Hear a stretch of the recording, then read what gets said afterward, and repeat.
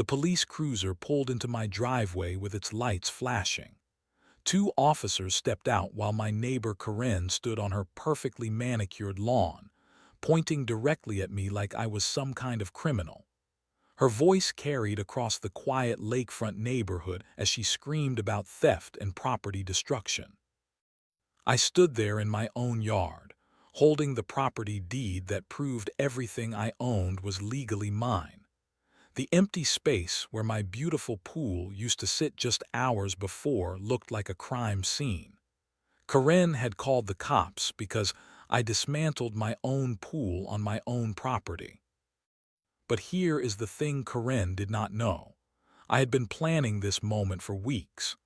Every nasty letter, every false violation, every attempt to steal what was rightfully mine had led to this confrontation. As the officers walked toward me with serious expressions, I realized this was not just about a pool anymore. This was about justice, and Karen was about to learn that some fights you simply cannot win.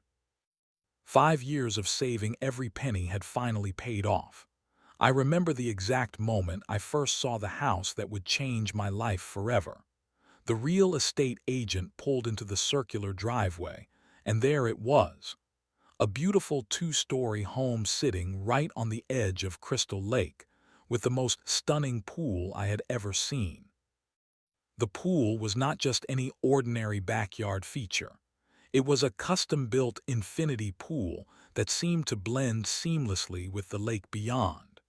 The crystal-clear water reflected the sky like a mirror, and the stone deck surrounding it looked like something from a luxury resort. I could already picture myself having morning coffee there, watching the sunrise paint the water gold.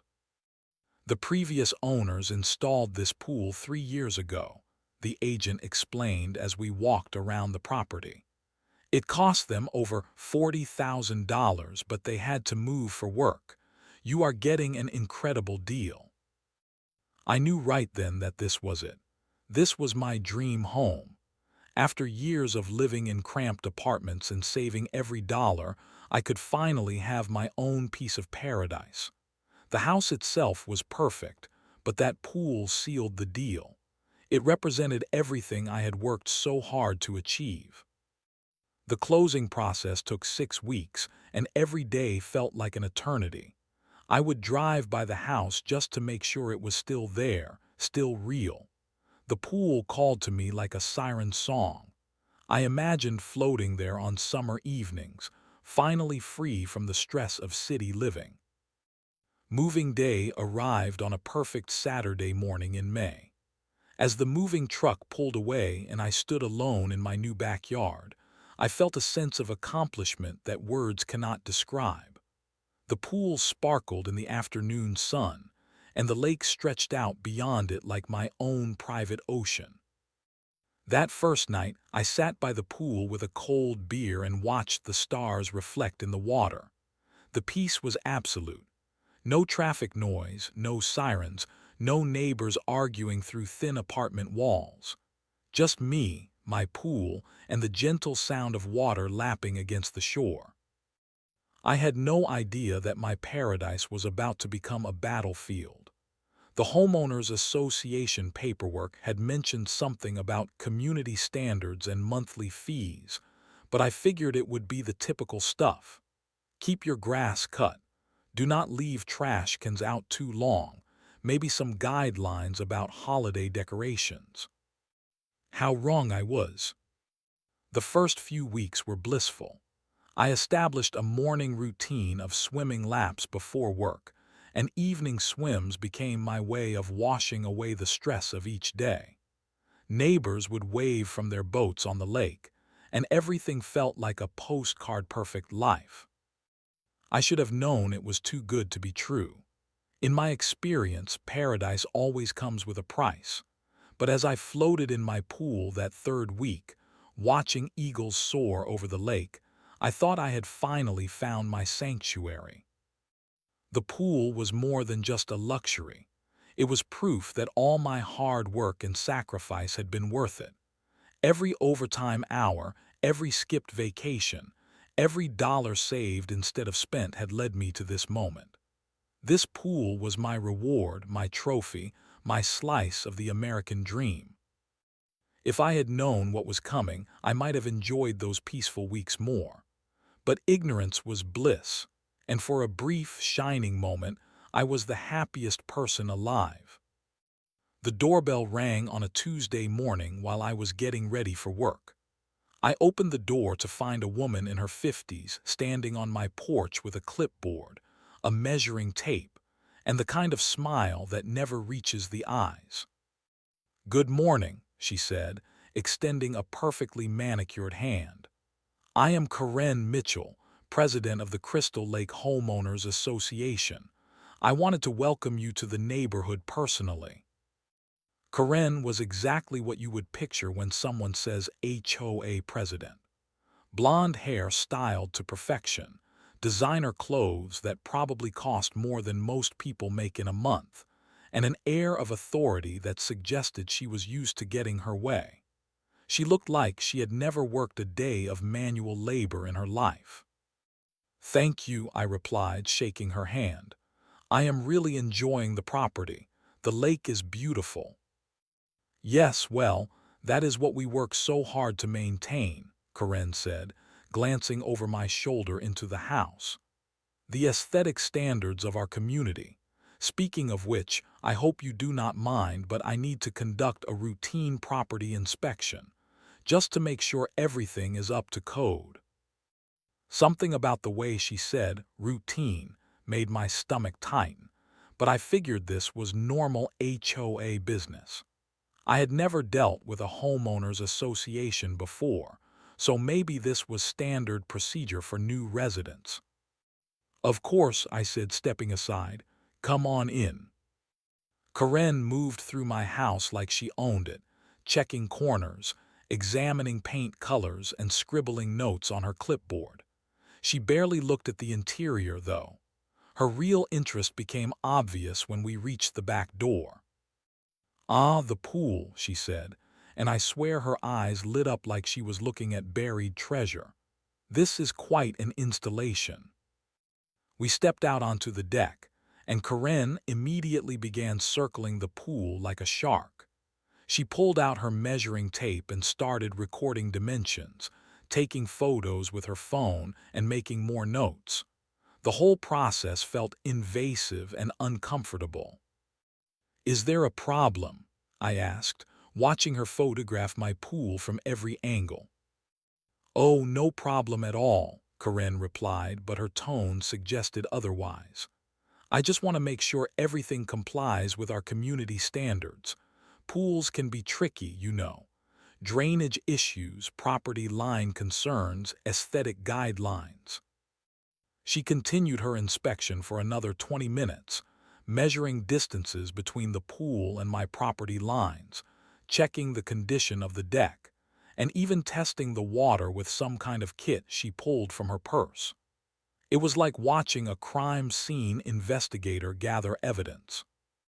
The previous owners were not very cooperative with the HOA, Karen said as she packed up her supplies. "They had some rather unusual ideas about property rights. I hope you will be more reasonable." The way she emphasized reasonable sent a chill down my spine. This was not a welcome visit. This was a threat disguised as neighborly concern. "I am sure we will get along fine," I said, though I was beginning to doubt that myself. Karen smiled that cold smile again and handed me a thick packet of papers. "Here are the current HOA bylaws and community standards. I suggest you read them carefully.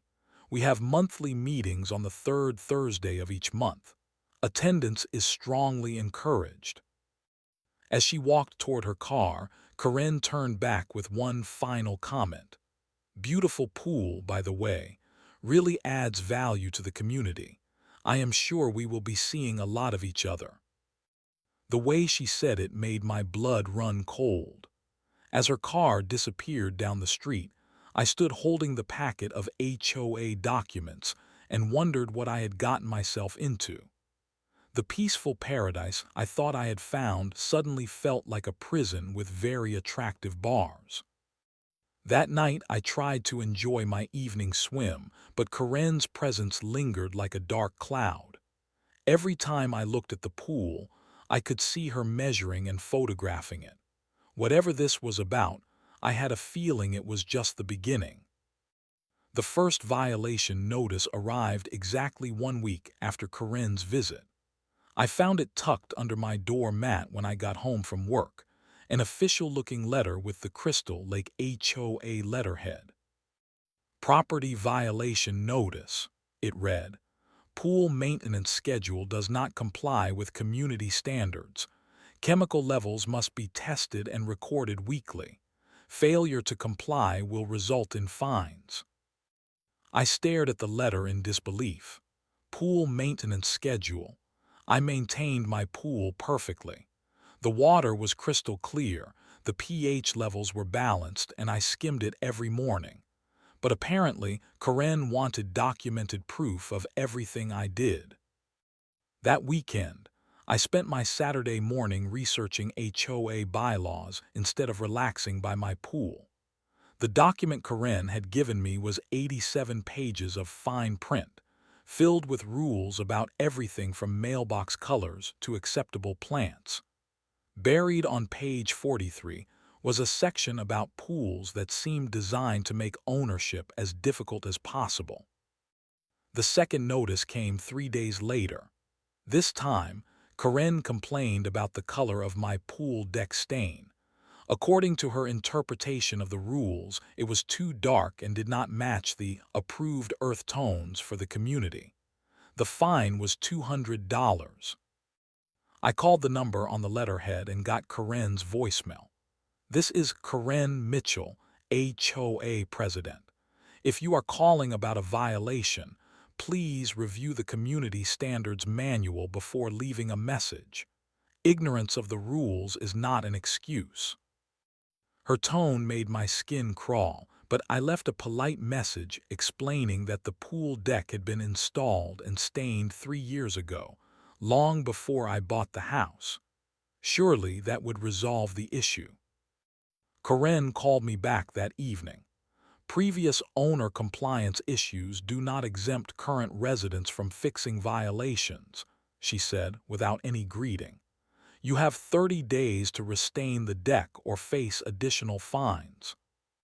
Restain the entire deck? I asked, incredulous. Do you have any idea how much that costs? Community standards are not negotiable, Karen replied. Perhaps you should have researched HOA requirements before purchasing in our neighborhood. The calls started coming regularly after that. Karen would drive by my house several times a week, always finding something new to complain about. My lawn was cut too short 1 week, too long the next. The color of my outdoor furniture did not complement the house properly. I had left my garden hose visible from the street for more than 24 hours. Each violation came with a fine, and each fine grew larger than the last. Within a month, I owed the HOA over $800 in penalties for infractions I never knew existed. The breaking point came on a Sunday morning when I woke up to find Karen standing in my backyard with another woman, both of them taking measurements around my pool. I threw on clothes and ran outside. "Excuse me," I said, trying to keep my voice calm. "This is private property. You cannot just walk onto my land." Karen looked up from her measuring tape with that infuriating smile. HOA Bylaws Section 12.3 grants the board access to all properties for compliance inspections. This is Diane Foster, our secretary. We are conducting a boundary survey. A boundary survey for what? There are questions about whether this pool installation complies with setback requirements, Diane said, scribbling notes. The previous owners may have built too close to the property line. I felt my hands clench into fists. The pool was here when I bought the house. It was inspected during the sale. Everything is legal. Legal according to city codes, perhaps, Karen said, but HOA standards are stricter, much stricter. They spent another hour in my backyard, taking measurements, photos, and notes. Neighbors started coming out to watch the spectacle, some shaking their heads in sympathy, others whispering among themselves. The humiliation burned worse than the anger. That night, I sat by my pool and wondered how my dream had turned into a nightmare so quickly. Every evening swim was now tainted by the memory of Karen's intrusion. Every morning brought the possibility of another violation notice, another fine, another demand to change something about my property. The pool that had once been my sanctuary now felt like a target on my back. Karen circled it like a predator, waiting for the right moment to strike. I could see the hunger in her eyes every time she looked at it, but I could not understand what she really wanted. I was about to find out, and the truth would be more shocking than anything I could have imagined. The certified letter arrived on a Thursday morning, thick and official-looking with legal letterhead.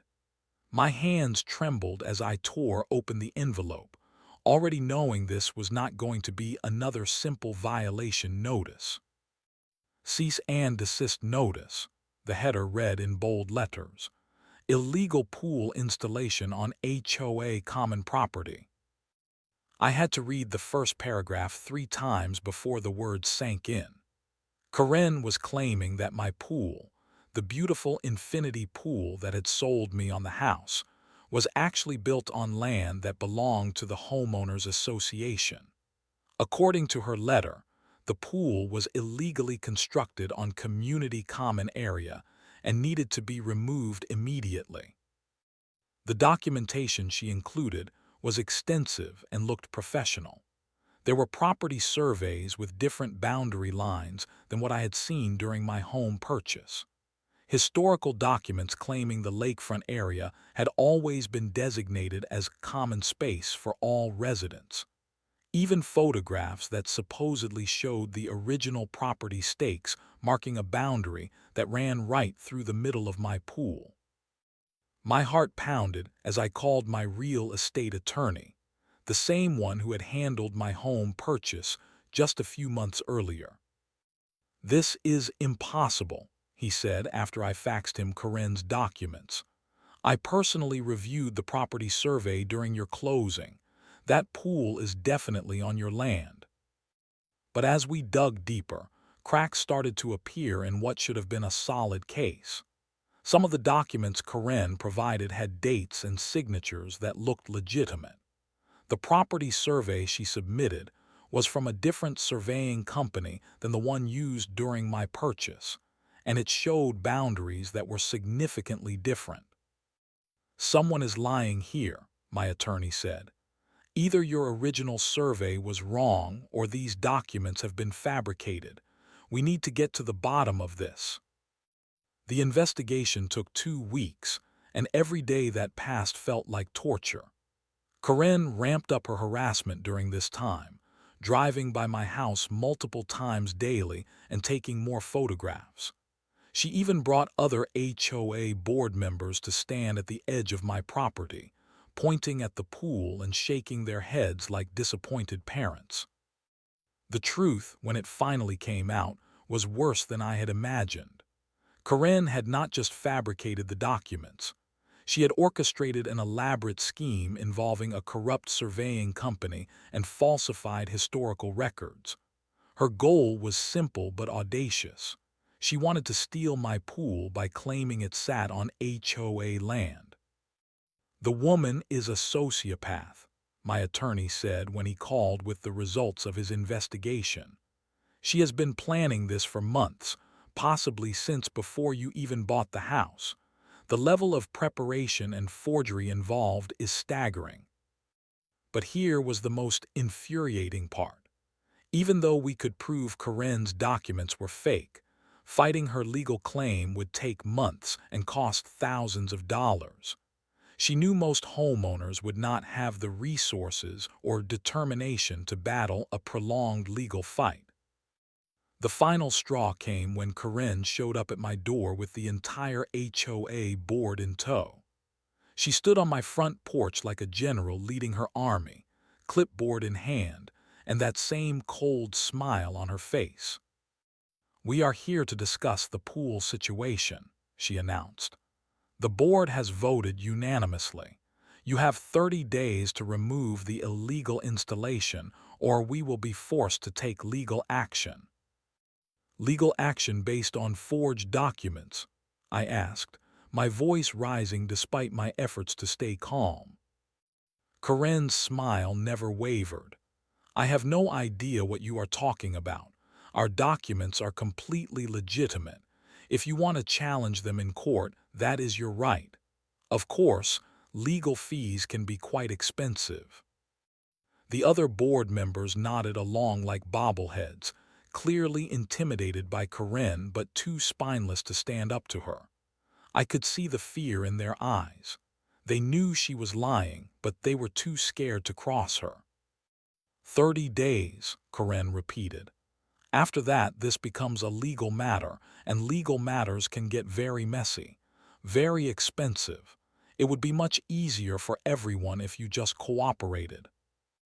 As they walked away, I heard one of the board members whisper to another, "Do you really think we should be doing this?" But Karen silenced him with a sharp look. That night, I sat by my pool with my head in my hands, trying to process what was happening. Karen was not just a difficult neighbor or an overzealous HOA president. She was a criminal, willing to commit fraud to steal my property, and she was gambling that I would not fight back. The pool reflected the stars above, just as beautiful as the night I first moved in. But now it felt like a burden instead of a blessing. Karen had turned my sanctuary into a battlefield, and I had to decide whether to fight or surrender. As I looked at those stars, I made a decision that would change everything. Karen wanted my pool. She was going to have to come and take it. But I was not going down without a fight, and I had a few surprises of my own. I spent 3 sleepless nights planning my counterattack. Karen thought she could intimidate me into giving up my property through legal threats and fake documents. She had calculated that I would be too scared or too broke to fight back in court. She was wrong on both counts, but she was about to learn that in the most unexpected way possible. The idea came to me during one of those late-night strategy sessions with my attorney. If Karen wanted to claim the pool belonged to the HOA, she would have to prove it was still there to take possession of it. But what if it was not there anymore? "You want to do what?" my attorney asked when I explained my plan.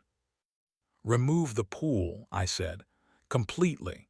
If Karen wants to steal it, she is going to find there is nothing left to steal." The legal logic was sound, even if it was unconventional. My property deed clearly showed I owned the land the pool sat on.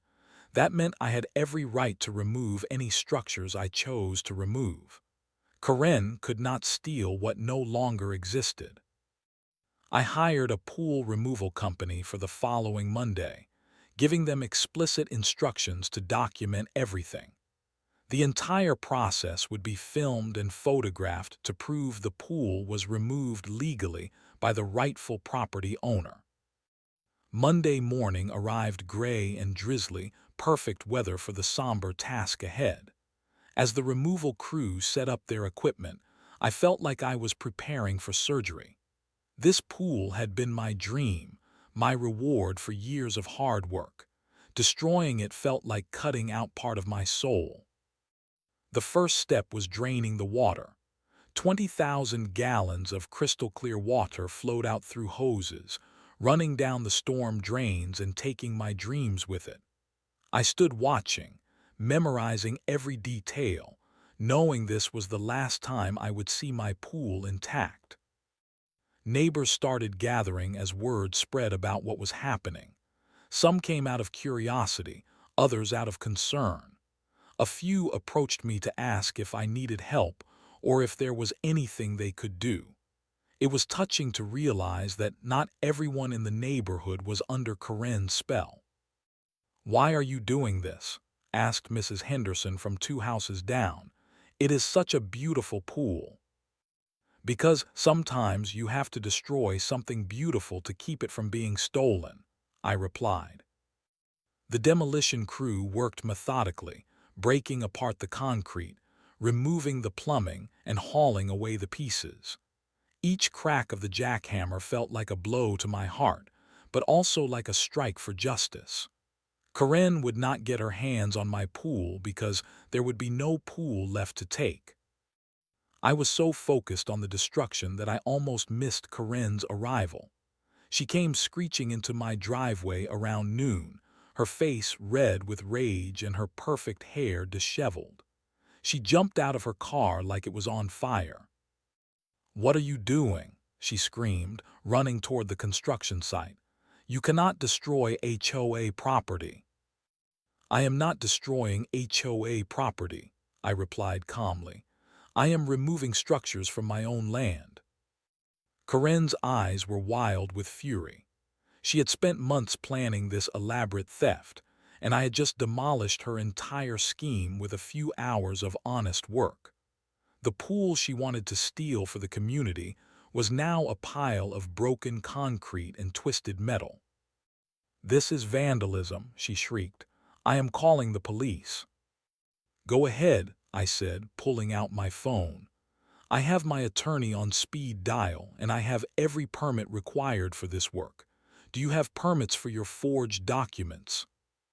The color drained from Karen's face. She knew I had figured out her scheme, and now she was trapped. If she called the police, she would have to show them her fake evidence. If she did not call the police, she would have no legal recourse to stop me. For the first time since I had met her, Karen was speechless.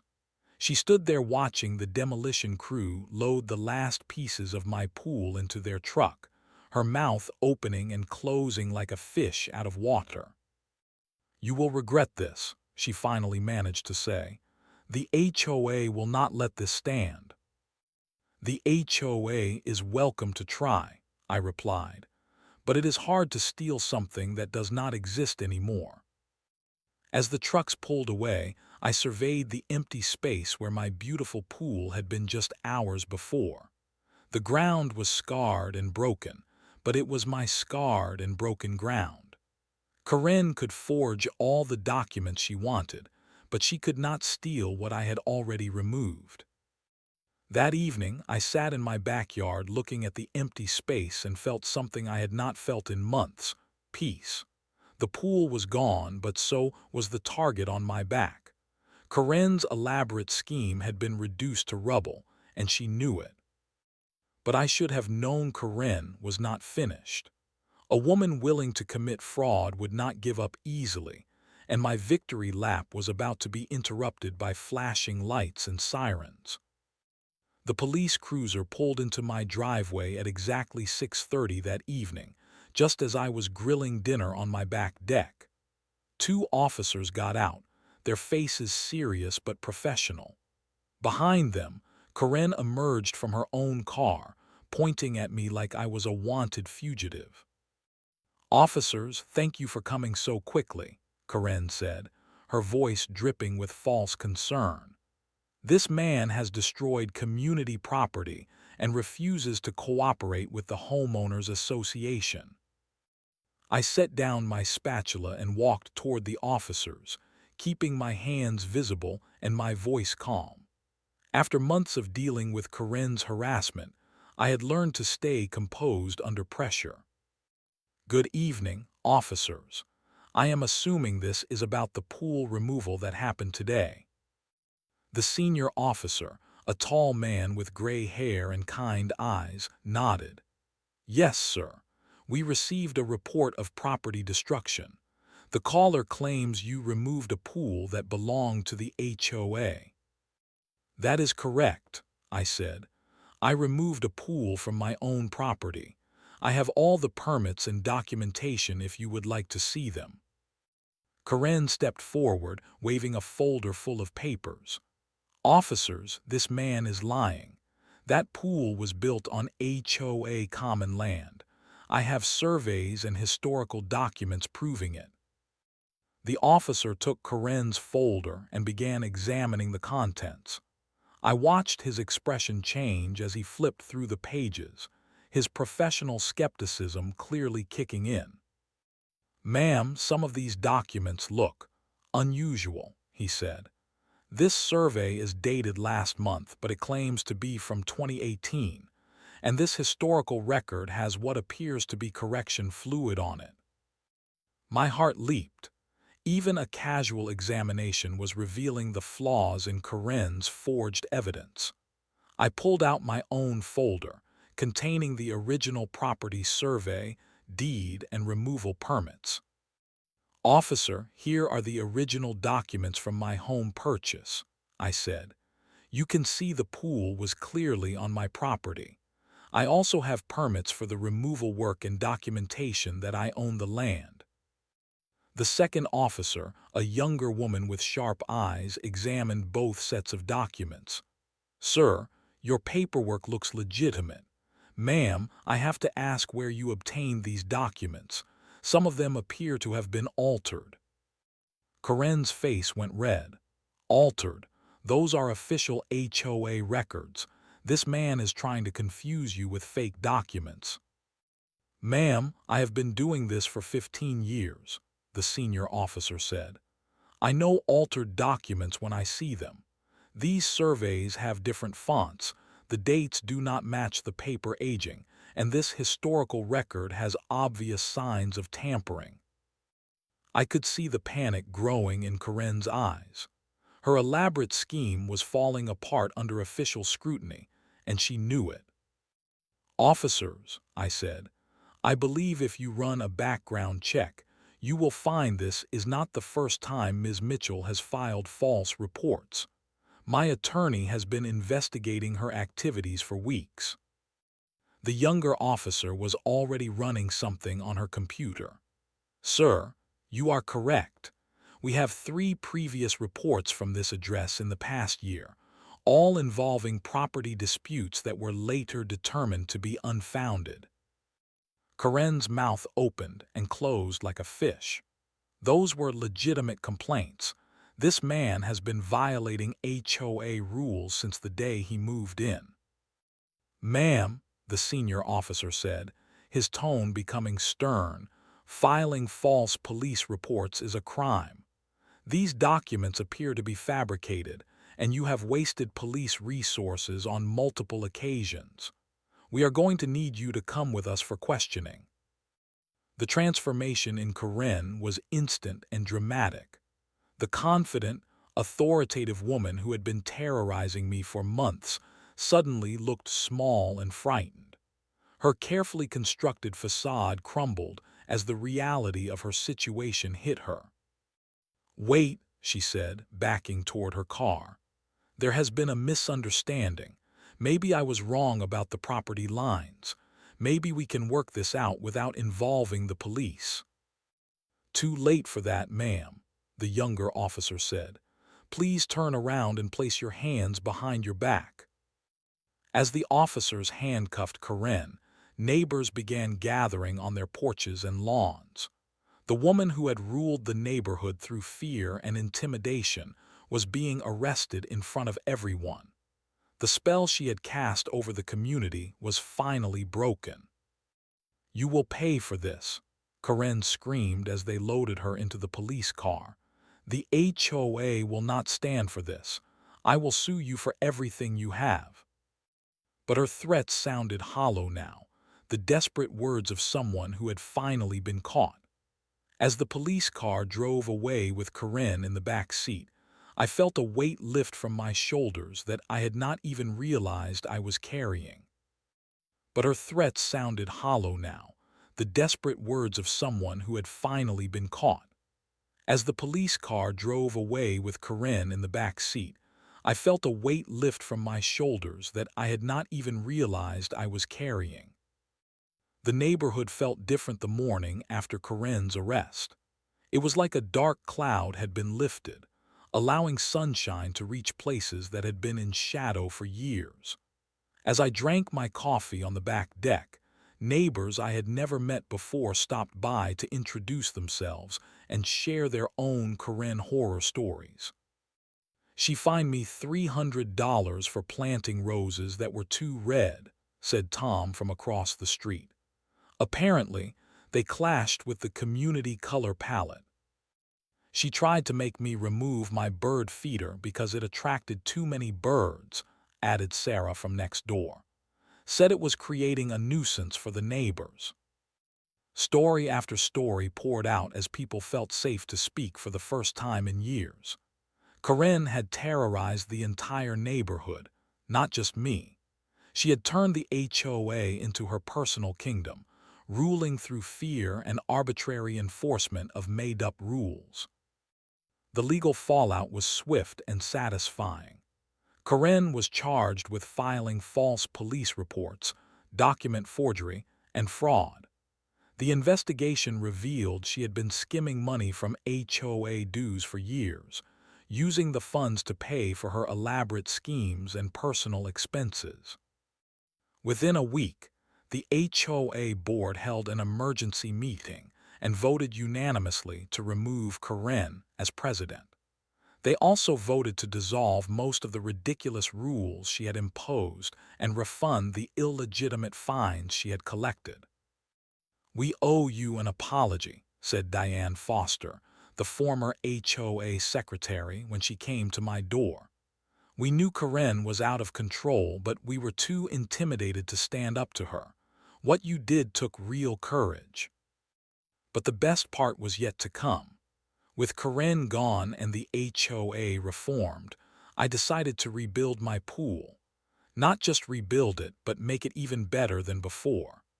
I hired the same company that had removed the original pool to design and install a new one that would be the crown jewel of the neighborhood. The new pool was magnificent, larger than the original, with better features and even more stunning views of the lake. The infinity edge was perfectly aligned to create the illusion that the pool water flowed directly into Crystal Lake. Underwater lighting turned it into a glowing jewel at night. But the most satisfying part was watching it being built.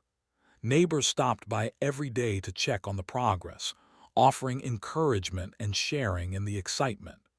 The pool that Karen had tried to steal became a symbol of community unity and resistance to tyranny. The grand opening was a neighborhood celebration. Almost every resident attended, bringing food and drinks to share. Kids splashed in the shallow end while adults floated with cocktails, everyone enjoying the freedom to simply have fun without worrying about arbitrary rules and violations. "To standing up to bullies," Tom said, raising his beer in a toast, "and to the best neighbor we could have asked for." As the sun set over Crystal Lake that evening, I floated in my new pool surrounded by friends I never would have met if Karen had not forced us all to band together. The water was warm, the company was better, and the peace was absolute. Karen's attempts to steal my pool had backfired spectacularly. Instead of losing my sanctuary, I had gained a community. Instead of being isolated and intimidated, I was surrounded by people who respected and supported each other. 6 months later, I received a letter from Karen's attorney requesting a settlement conference. She was facing serious legal consequences and wanted to avoid jail time by making restitution to her victims. The letter was full of legal language, but the message was simple. Karen was begging for mercy. I showed the letter to my attorney, who smiled and shook his head. "After everything she put you through, she wants to negotiate. What do you want to do?" I looked out at my beautiful new pool, where neighborhood kids were learning to swim and families were making memories. The answer was easy. "Tell her to enjoy her new accommodations," I said.